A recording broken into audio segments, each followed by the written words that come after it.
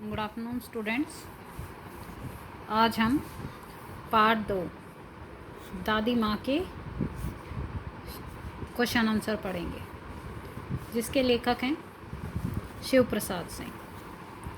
देखिए, पहला क्वेश्चन, लेखक को अपनी दादी माँ की याद के साथ साथ बचपन की ओर किन किन बातों की याद आ जाती है।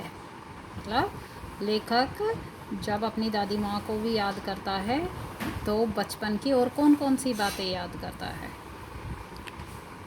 दादी माँ की याद के साथ साथ बचपन की और बातों की याद, जैसे गांव में तालाब में भरे हुए झाग वाले पानी में कूदना, आम और जामुन खाना, पानी में भीगकर बीमार होना और दादी माँ की बनी हुई घर की दवाई खाना।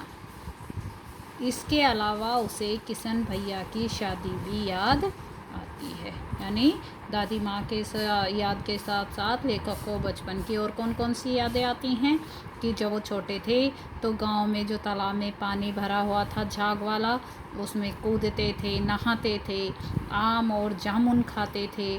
जब वो पानी में भीग जाते थे और बीमार हो जाते थे तो दादी माँ उन्हें घर की बनी हुई दवाई खिलाती थी। उसके बाद उन्हें किशन भैया की शादी में जो जो घटनाएं घटी उनकी भी याद आती है। दूसरा क्वेश्चन देखिए, दादा की मृत्यु के बाद लेखक की घर की आर्थिक स्थिति खराब क्यों हो गई थी। आर्थिक स्थिति यानी कि पैसे की कमी।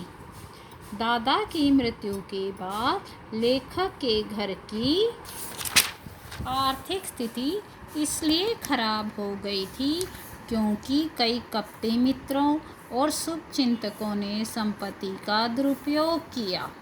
दादा की मृत्यु के बाद दादी माँ के लाख मना करने पर भी लेखक के पिताजी ने उनके श्राद्ध पर खूब खर्च किया। उनकी मृत्यु के बाद धन का उपयोग सही तरीके से ना करके उन्होंने अपनी आर्थिक स्थिति को बहुत ही खराब कर लिया था। यानी क्यों खराब हुई? क्योंकि उनके कई कपटी दुष्ट मित्र थे, शुभचिंतक यानी हितैषी थे। उन्होंने संपत्ति का गलत उपयोग किया और जब दादा की मृत्यु हो गई तो दादी माँ ने बहुत मना किया, लेकिन फिर भी जो लेखक के पिताजी थे उन्होंने उनके श्राद्ध पर यानी मृत्यु के बाद होने वाली एक रस्म, उस पर खूब ज़्यादा पैसे खर्च किए। और जब दादा की मृत्यु हो गई तो उन्होंने पैसों का सही तरीके से उपयोग नहीं किया, उसका प्रयोग बिल्कुल सही नहीं किया, जिससे कि उनकी घर की आर्थिक स्थिति बहुत ही खराब हो गई।